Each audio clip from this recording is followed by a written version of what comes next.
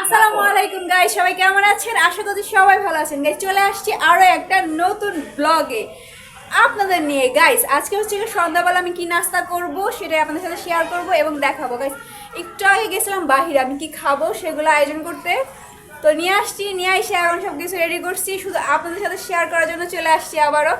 Guys আপনারা ভিডিওটা দেখতে থাকুন শেষ পর্যন্ত। তাকায় দেখতেছিলাম, কম তো কি দেখতেছি, আপনারা কেমনে করবেন? দেখতেছি মাইনছে গো ঝগড়া, নিচে ঝগড়া লাগছে বুঝছেন। জাগা মানুষের ঝগড়া দেখে তো আমার লাভ নেই কোনো।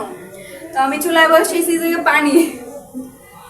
চুলায় পানি বসাইছি কি রান্না করবো সেটার জন্য, আপনাদের সেটাই দেখাবো। এখন ওই যে নিচে আয়োজন করে রাখছি, এখন শুধু কাটাকুটা করবো, আপনাদের দেখাবো। চলেন দেখাই। এই যে দেখতেই পাচ্ছেন আমি বসিয়ে দিয়েছি, পানিটা বলক চলে আসছে। তো একটু আগে বাজার থেকে আসলাম গাইস, পেঁয়াজ ছিল না, আলু ছিল না, এগুলো নিয়ে আসছি।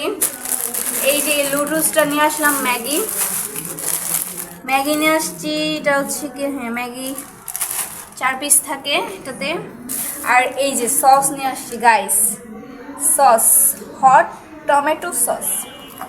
তো এটা দিয়ে খাবো আজকে, বুঝেই গেছেন, আমি তো আর বলাই লাগলো না। লুডুস রান্না করব, এখন আলু পেঁয়াজ কাটবো।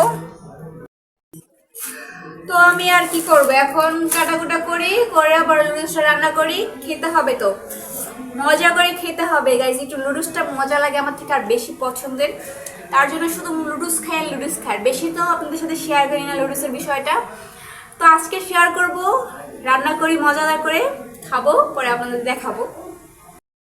গাইস এই যে দেখতে পাচ্ছেন আমার লুডুস, এই যে সস দিয়ে একদম মাখা মাখা করে রেখেছি গাইজ। একটু লেটকা লেটলা হয়ে গেছে, যাই হোক এটা ব্যাপার না। তো এই যে বাবুর্চি রান্না করছে,